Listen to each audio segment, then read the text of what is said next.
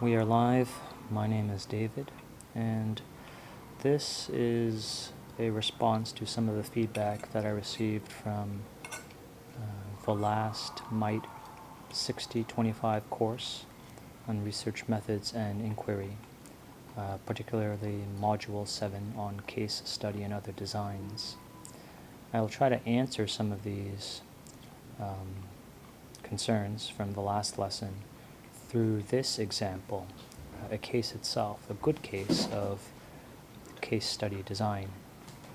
And this is a report, a research project developed by my supervisor, and this is available on the Moodle, and there are several other examples of cases that you can look through and inductively learn about case study design.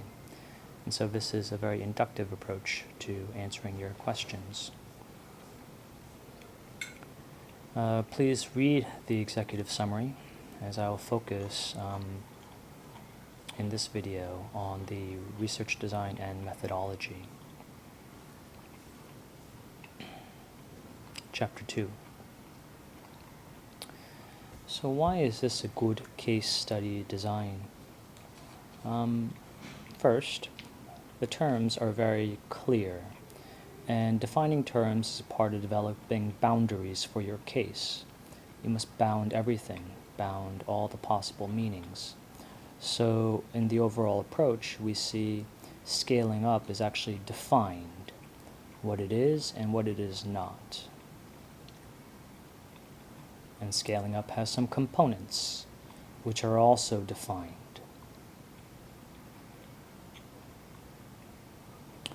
We also see research questions that are appropriate for case design. Again, you must consider your research questions as you consider your methodology at the same time. So we see research questions and description of the research questions.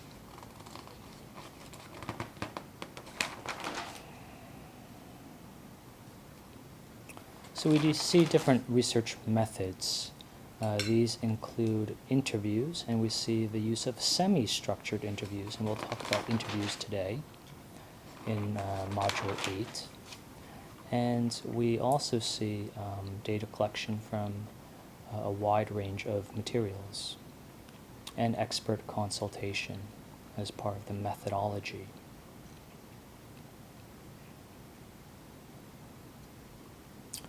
Something that's important to note, again, about boundaries of cases. There was a template for all of the cases. So this project involved many researchers from around the world, and how do you standardize data collection analysis? How do you standardize the cases? Well, you need a template. And the template is in Appendix 3.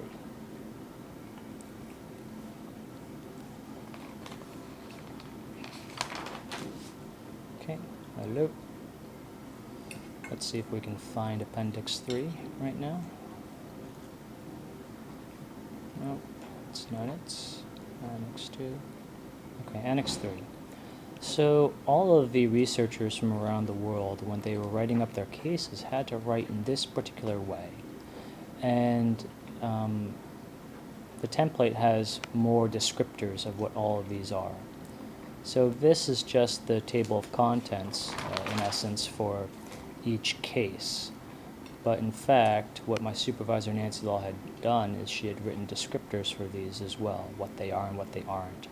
So this is a part of bounding cases. What exactly are you writing about in terms of the titles and the headers, and the description of what it is and what it isn't?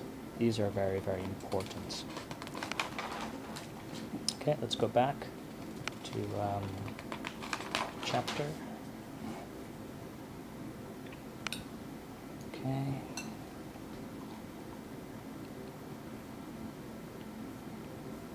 All right.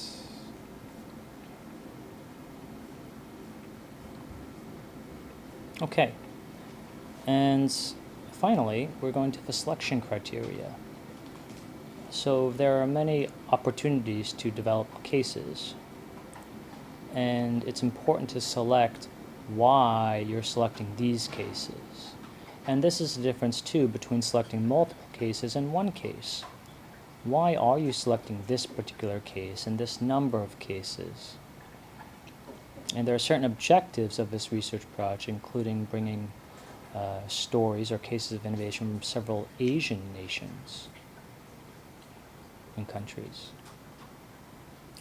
and bringing in large-scale implementation of ICT-enabled innovation. So this helps in selecting cases because we aren't selecting cases from African nations, for instance, and we aren't selecting cases of small-scale implementation. We need large-scale implementation at system level in nations. We also need to find the right people to write about these kinds of things. That's a part of case selection. Originally, there are some possibilities. And then, in actually selecting the cases, there's an appraisal list. How do you actually become a case? What are some things that you need to see, or the researchers need to see? And you see several things, in fact. So at the end of this process, 7 cases were selected for in-depth analysis. Right? And this is a very good table, too. A description of the case and why was it chosen? So you will have to answer that, whether you select one case or several cases. And that's it. So this is a very good research design. And it's worth reading, as well as some of the other resources that I've shared with you in that folder on case study design and other designs.